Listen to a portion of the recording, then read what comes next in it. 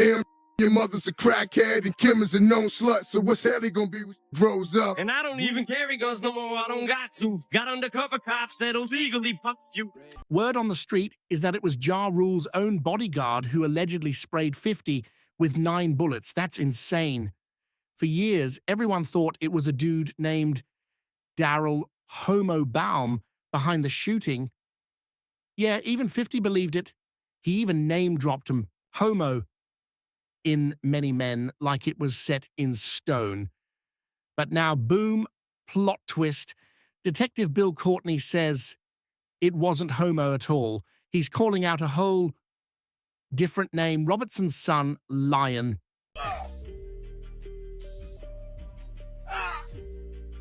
Staring down the barrel at 9. I knew I was about. When 50 Cent pulls into his grandmother's driveway, Kenneth McGriff, a guy named Son from East New York, and a guy named Godby, he's getting shot, so it's hard to see. And he turned to the guy he was with and said, I think that was Homo. So how'd everyone get it twisted for so long? Maybe 50 was just trying to stay alive and saw the wrong face, or maybe somebody fed him that name while he was laid up recovering. I mean, 9 shots, that'll scramble anyone's memory. After the shooting, the streets went wild.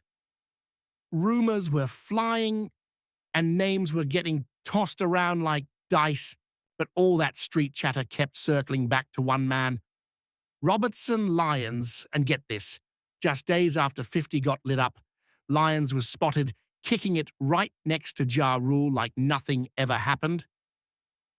What? That's when things started looking real shady. Detective Courtney wasn't sleeping on the job. He had ears everywhere. Snitches, club workers, even paparazzi were slipping him info about what was going down behind the scenes. And right after the shooting, he becomes Ja Rule's bodyguard. So I guess that was his bump. You know, after he shot him, he started bodyguarding Ja Rule and went with him everywhere. That's when he found out something major. Ja Rule had actually put Lyons on payroll. Yep, he hired him. That had folks seriously questioning what Ja really knew. People already suspected that Supreme McGriff was pulling strings from the background, but this made folks wonder if Ja was more involved than he ever let on. Maybe he wasn't just keeping quiet. Maybe he was keeping secrets. And all this mess, it goes way back to when 50's guy Troy allegedly robbed Ja Rule. That robbery set the whole thing off. Ja spotted someone from 50's camp in a club one night, and boom, it was on sight from there. Later on, when Ja Rule and 50 Cent crossed paths again at another club, 50 actually tried to cool things down, tried to talk it out like grown men, but Ja wasn't hearing any of it. I ended up getting some good surveillance photos from a source of mine. I used to have paparazzi guys give me photos, and I'd say, don't concentrate on the rapper, concentrate on all the guys around him, get me good photos. Robbed Ja Rule. And I'm in a club, and I see the I'm like, hey, what's up? He see me kicking it with the nigga robbed him, and he feel like, oh, shouldn't speak to this dude because I know the kid robbed him. He was convinced 50 had something to do with that robbery, and that's all he needed to ride the beef harder than ever. The vibe turned from cold shoulders to full-on battle. People were whispering why even talk to 50 just because his boy was tied to the robbery, but behind closed doors, the story wasn't that simple. Word is 50 felt like he got played by Murder, Inc. It all kicked off during the shoot for his track. That's when folks from Murder, Inc. supposedly shaded him, acted like he didn't even matter. That moment, that's when the switch flipped. From that point on, 50 wasn't playing around. In 1999, he clapped back with a diss track called Life's on the Line, and he didn't hold nothing back. He went straight for Ja Rule and Murder, Inc. Like he had a score to settle, and he did. Meanwhile, Ja Rule's career was on fire. His debut album, Veni Veti Veci, was going platinum, and it felt like the whole industry was in his pocket. You couldn't turn on the TV or radio without seeing his face or hearing his voice. He had the spotlight locked down, but in 2000, everything exploded. Both Ja and 50 were booked at the same nightclub in Atlanta. Sounds like a regular night, right? Wrong. 5 of us and 5 of them and getting it on and fighting and bond. Some way, somehow, the lights got hit off. Know what I mean? And I wasn't letting nobody get to their gun to pop me. Know what I mean? So I started poking niggas straight up and down. A few words turned into yelling, and next thing you know, fists were flying. It was no longer rap beef.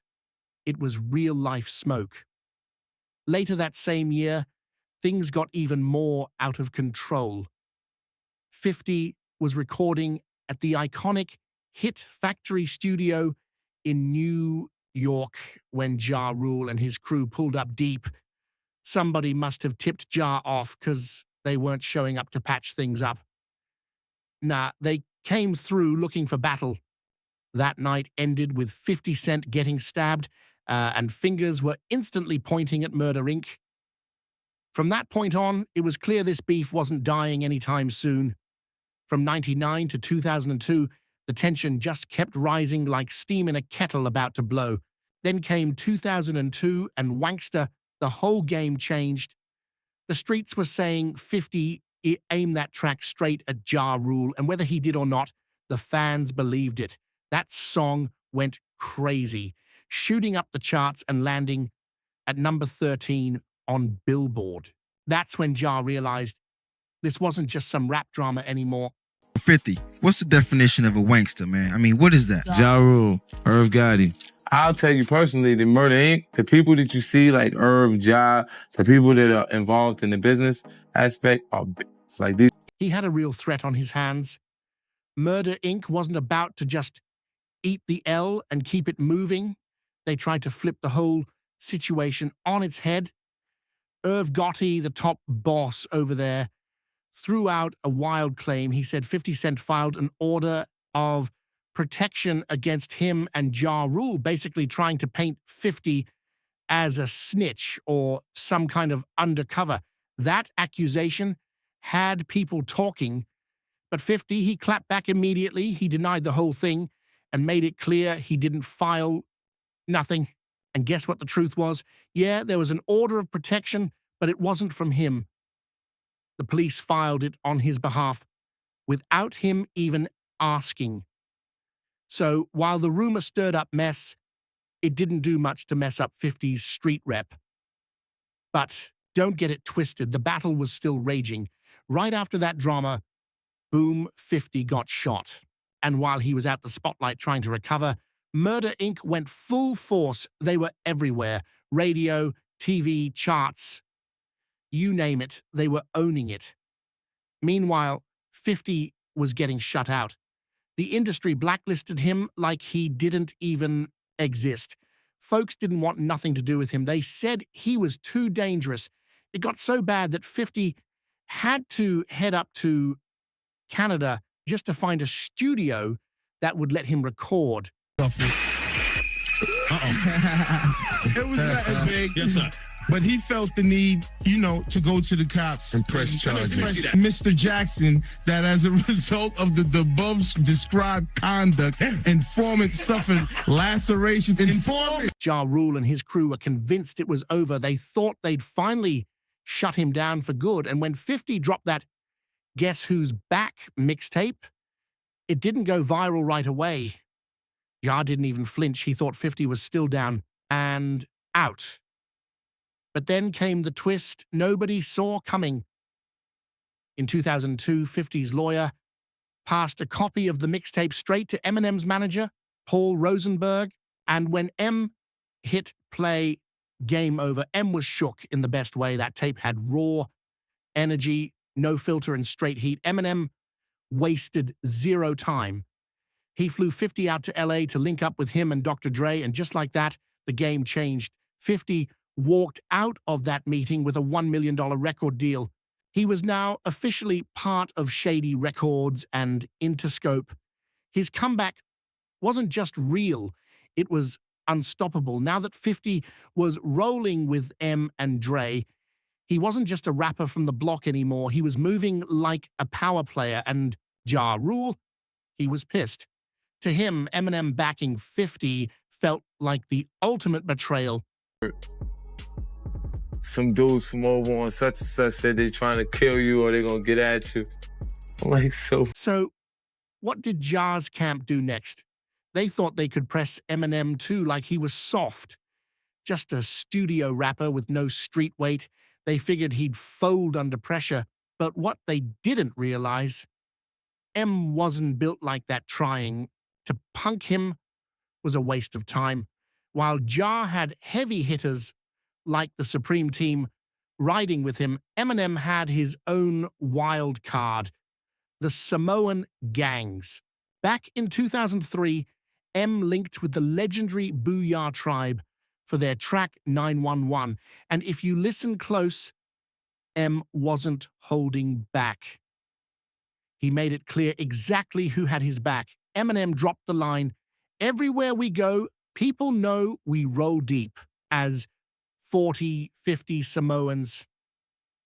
And that wasn't just a catchy bar, that was a warning shot. He was letting everybody know he had serious muscle behind him. We fell into M and Dre's lap. Damn! Are you serious? Yeah, labels would call me, be like, yo, if you with him, I ain't with you. And they were like, we ain't with him then, Gotti, forget it. And it wasn't just for show. See, that 911 track wasn't just another feature. It ran way deeper than rap. The Booyah Tribe wasn't some random group of artists. They had real ties to the Sons of Samoa, one of the most respected and feared Samoan gangs out in LA. And if you know anything about them, you already know they don't play around.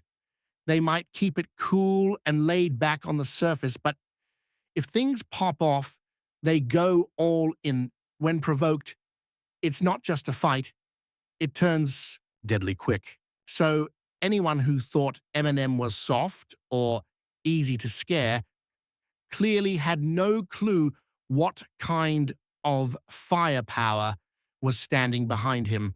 While Ja Rule was still trying to muscle his way through the beef, M had already made it crystal clear.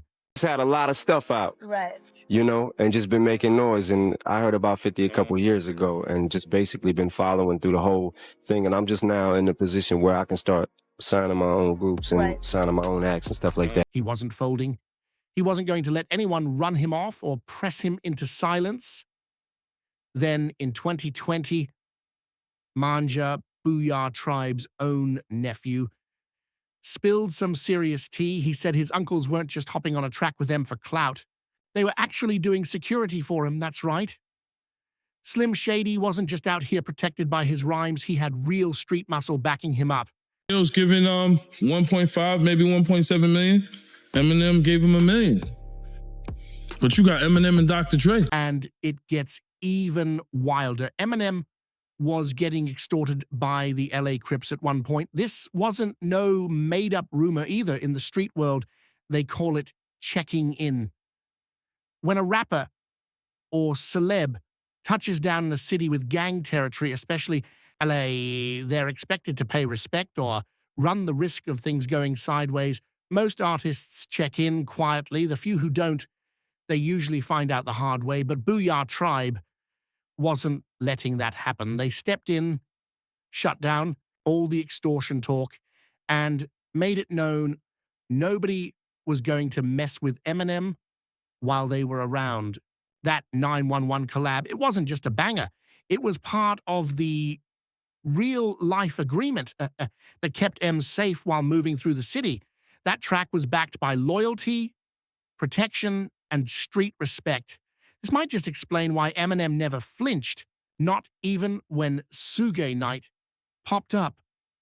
One wild moment went down during the filming of 50 Cent's legendary In Da Club video. Check in, nigga. Imagine, nigga. I'm gangster, nigga. Straight up. Chris. All right, nigga. Out of nowhere, someone shouted, "Suge Knight is here!" And just like that, panic hit the whole set. And of course, Sugi didn't pull up solo. Nah, he rolled deep. About 30 dudes strong, allegedly connected to a Mexican gang, straight intimidation tactics. Suge was doing what he always did, crashing spots uninvited, flexing his power, trying to remind everybody who ran the streets back then. Folks were scrambling, crew members ducking out, artists getting tense, but Eminem, he didn't budge. He stood outside, cool as ever, like, "What's up?" No fear, no hesitation. He was just posted, ready if things went left. And that wasn't even a one-time thing. Eminem was getting extorted by some Crips. Meaning that they're saying you can't come out here unless you pay us, or... Yeah, maybe like he was paying them money and just like getting bullied. I don't know the exact details. Yes. Go back to the 2001 Source Awards, a night already known for being straight up unpredictable. M was performing with D12, and the whole vibe was tense. Normally, artists have their bodyguards close, right? Not that night. Suddenly, security rules got changed. Bodyguards had to sit away from the talent. It felt like a setup, waiting to explode. But Eminem stayed locked in, focused and calm. He wasn't about to get shook in front of the industry. That setup left M wide open, and Suga's crew wasted zero time moving in. According to Eminem's ex-bodyguard, Big Nas, everything turned sketchy real quick. A group of intimidating dudes in all red shirts started closing in, clear signs they were tied to the Bloods, the same gang Suge had major ties with. Big Nas saw it instantly. He wasn't about to sit back and let something go down. He darted across the venue, pushing through the crowd just to get to M before things went left. In his own words, it was obvious. These guys didn't show up on their own. Suge sent them to rattle the situation. But hold up, that still wasn't the wildest part. That's why I always respected Eminem, 50, and with us. So Suge came, he had some Mexican. Now we from New York. You ain't never seen a with a tattoo on his forehead. He just lights the cigar, and it's the Suge. He light the cigar, and he trying to see what you gonna do. So Eminem, 50, everybody outside. It was the tension between Eminem and Suga exploded again. And this time it wasn't at an award show. It was all the way out in Hawaii. According to Big Nas, they got tipped off with some serious intel. Suge wasn't just playing games anymore. He was allegedly plotting to hurt Eminem during what was supposed to be a chill private trip. This wasn't just rap beef. It was real life danger creeping in. This wasn't just some phone threat or random tough talk. We're talking real danger. Word is Suge Knight sent over 50 men from LA all the way to Hawaii just to crash a chill gathering that was supposed to include Eminem, Snoop Dogg, and Dr. Dre. What should have been palm trees and good vibes turned into full-on paranoia. The second the jet touched down, everything flipped. Forget laying out on the beach or sipping drinks. M and his squad went straight into survival mode. It was go time. Bulletproof vests, mandatory. And the heat stayed close. Nobody moved. Without a firearm nearby, it wasn't a vacation anymore. It was like a war zone wrapped in sunshine. The tension got so thick that even the Honolulu Police Department had to jump in. Officers were personally assigned to shadow M, Dre, Snoop, and even their wives. That's how serious it got. Local law enforcement was rolling with them everywhere just to keep things from popping off. At that point, this wasn't just a rap feud. It was something way darker. That whole trip went from island escape to a high-stakes standoff in a matter of hours. Everyone was on edge, checking every corner, watching every move. Suge Knight didn't just want to shake the room, he wanted to make a statement. And Eminem, he stayed ready for whatever every single second. No slipping, no letting the guard I knew down. Eminem was real. He's like, I don't give a man. This is when I knew. I'm like, damn, Eminem is a real 50 outside. Later on, Big Nas laid out just how wild Hawaii really got. We thought it was going to be a vacation, he said. But the moment they landed, it was a full-blown crisis. Folks brought their wives and even kids thinking they were about to relax in paradise, but instead of a peaceful welcome, they got hit with straight chaos. As soon as they stepped off the plane, Honolulu police had to rush in like it was a VIP extraction. They grabbed the whole group, kids, spouses, everyone, and moved them into a secure transport van. This wasn't just an awkward trip. It turned into a tactical mission the second they touched down. Even with all that heat in the air, here's the crazy twist. If Suge Knight had actually touched Eminem, it would have sparked major fallout. Why? Because M was still being watched over by the same Samoan gang we mentioned earlier. And let's keep it real, even Suge knew better than to cross the Sons of Samoa. Suge might have had a rep for being ruthless, but when it came to them, he moved real careful. Now, here's where it got super personal. Eminem was already dealing with the streets, with industry beef, and with Suge's threats. But Ja Rule made one huge mistake. He crossed a line that everybody in the game knows not to touch. He dragged Eminem's daughter into it. And if you know anything about M, you know that's the one thing you don't do. That's like pushing the red button. Everything blows up after that. The second jar mentioned Haley's name. It was game over. Eminem fired back with Haley's revenge, and he did not hold back. He lit Ja up on that track and even added a skit where he's talking to Haley directly. He asks her, "Haley, what do you want to be when you grow up?" And she hits him with, "I don't know, but I don't want to grow up to be like Ja's little dirty kids." That wasn't just a diss. It was personal, raw, and straight up brutal. But M wasn't done emptying the clip. He linked up with 50 Cent for Hail Mary, and this one, man, it was a straight mockery. They clowned Ja Rule hard, calling him out for trying to ride Tupac's wave. They made it crystal clear Ja wasn't Pac, not in bars, not in heart, and definitely not in legacy. By that point, the message couldn't have been louder. Ja Rule picked the wrong fight. Eminem might have claimed he was done with the drama.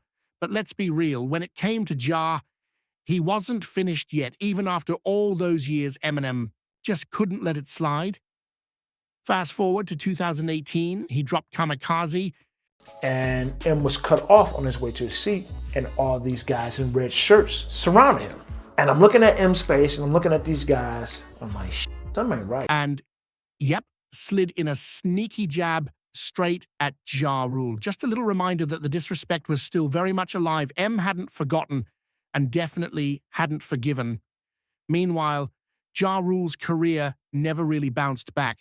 He went from platinum plaques to becoming the punchline, especially whenever 50 Cent or Eminem came up. And in 2023, Ja cranked the weirdness to a whole new level. During his performance at the 2023 BMI R&B Hip Hop Awards down in Miami, Ja Rule showed up on stage tied to a wooden column, looking like he was being crucified. No joke, he was up there performing his 2000 hit, One of Us, while gospel-style singers in white church robes surrounded him and A glowing sunset played behind him on giant screens. The whole thing looked like a wild church play. 50 Cent saw the footage, and you already know he couldn't let that pass. In classic 50 fashion, he jumped on Instagram and torched him. He posted the video clip with a savage caption. Look at this head-ass thinking he Jesus WTF? You can't make this up. Lol. So stupid. Oh, that was brutal. And of course, 50's crew was right there for the roast session. Tony Yayo and Uncle Murder dove straight into the comments, flooding it with laughing emojis and non-stop clowning. This wasn't light trolling. It was an all-out comedy roast in front of the world. But here's the twist. Not everything stayed hostile forever. After over a decade of back and forth, something happened that nobody saw coming. 50 Cent and Ja Rule ended up on the same flight. Yep, same plane, same aisle, same air. And somehow it didn't blow up into chaos. No shouting, no fighting, just silent tension cruising at 30,000 feet. After the flight, Ja Rule even hit Twitter with a light joke, saying something that hinted maybe they were both too grown to keep the beef alive forever. Maybe, just maybe, it was time to finally let it rest. But knowing these two, that silence might just be the calm before the next clapback. But come on, you already know 50 Cent wasn't going to let that plain moment slide without dropping his version of the story. Of course, he had something slick to say. In a later interview, 50 couldn't resist.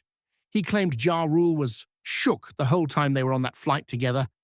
According to 50, he kept walking up and down the aisle on purpose just to mess with Ja's head like a quiet power play midair, letting him know who was really in control.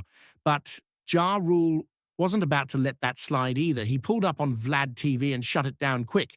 He said he was knocked out the entire flight, dead asleep, and had no clue what 50 was even talking about. According to Ja, it was just another one of 50's classic stories. Pure cap. Now, let's get into one of the most legendary petty moves 50 Cent ever pulled, and that's saying a lot. It all started when 50 posted a savage screenshot on Instagram. It showed Ja Rule's concert tickets being sold on Groupon.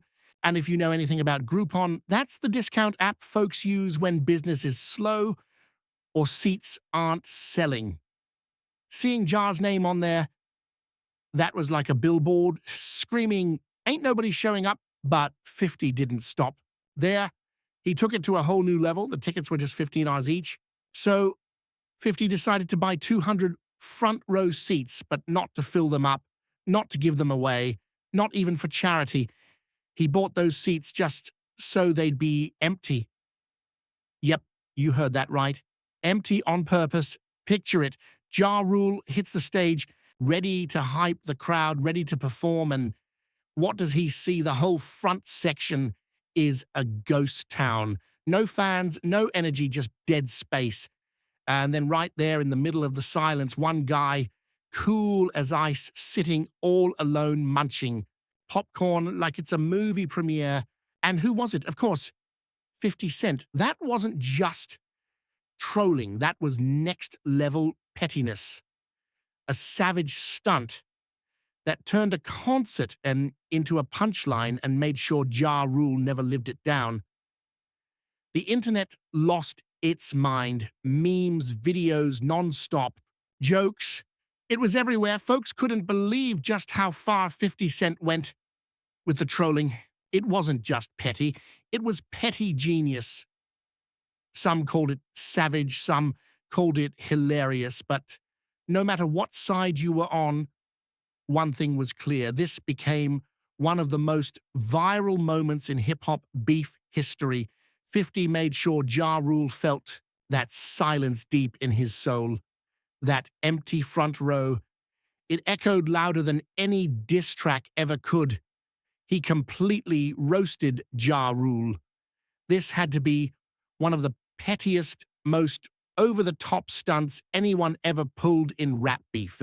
And just when it looked like the dust was settling, 50 jumped back on Instagram and cranked the sarcasm to 100. He posted another pic, pretending to hype up the concert he sabotaged, with the caption, "What a show, I mean, just effing great. Do it again. My kid went to the restroom." Pure troll mode. He was clowning so hard social media couldn't catch its breath. People were crying, laughing, reposting the clip, and turning Ja Rule's concert into meme history. Ja tried to clap back, saying 50 was making the whole ticket stunt up. But at that point, it was way too late. The internet had already crowned 50 Cent as the king of pettiness. Ja could talk all he wanted, but the damage was done. Memes had flooded the timeline, and no spin could save the narrative now. And 50, he wasn't about to stop there. He kept the disrespect rolling, not just online, but in real life too. In one interview, 50 Cent delivered a savage moment that had people's jaws on the floor. It started off innocent. The host casually asked if 50 thighs